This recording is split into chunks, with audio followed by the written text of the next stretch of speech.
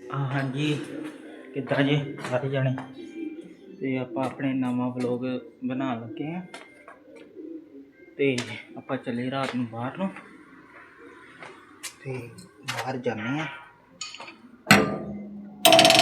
देखते हैं कि अच्छा बाहर तो अंधेरा टाइम हो गया वा पौने 2 बज गए रात के ते नींद आ नहीं रही।